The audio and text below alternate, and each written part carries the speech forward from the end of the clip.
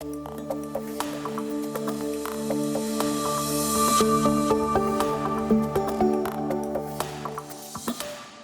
of the things I've been surprised at over the years is a lot of people think of you as some type of flipper.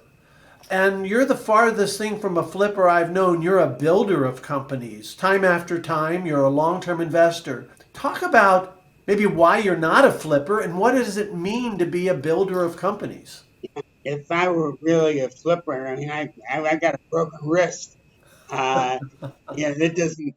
I mean, the answer, really, the honest answer is that every adventure I begin with an assumption or a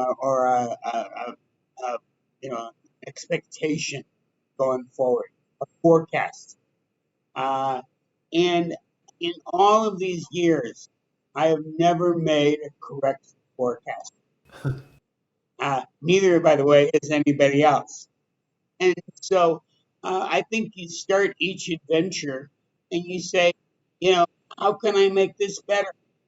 And sometimes you get the site. I mean, we consolidated the radio business in the United States in the '90s, and just you just understood it, and you understood the opportunity, and executing it was $1 billion idea.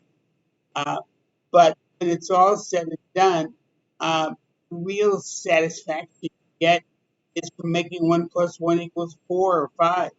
And you know, I find frankly my history is about as far from flipping as anybody could be. Uh, Selling equity office was certainly one of the hardest things I've ever Yeah. done. Uh, and on the other hand, if the quality isn't there, I mean, we just finished liquidating Equity Commonwealth, and we started with 150 properties, and we sold 146 of them, and we have no regret. You imagine making 146 decisions and having no regrets? Yeah, I share that. I share that view on that particular one, and a lot of cash at this moment. Yeah. So a lot of cash to do something strategic with. Just on before I hand a question to Bill for Bill to ask a question, batting average. What even Babe Ruth struck out. What's a Oh, good? yeah. What's it in your mind? You know you're not going to succeed every time, and yet you have to believe you are going to succeed every time. How does that play out? Well, it's real simple. If you kid yourself about the cost to carry, almost everything will eventually work. Now, every now and then, there are quote unquote, you know, what I call elevator deals.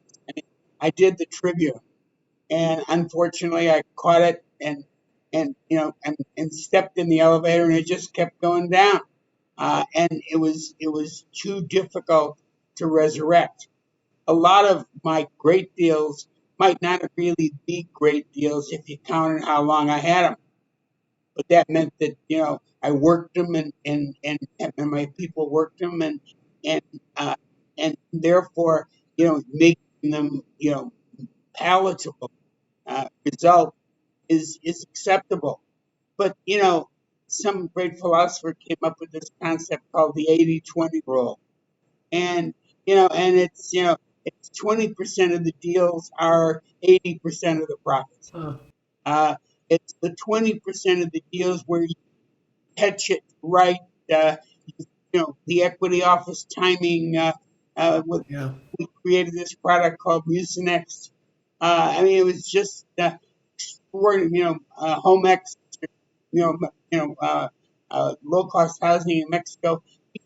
We just were really lucky and just hit them out of the park. There are a lot of other deals that are, okay, but real goal of being an entrepreneur is avoiding the elevator.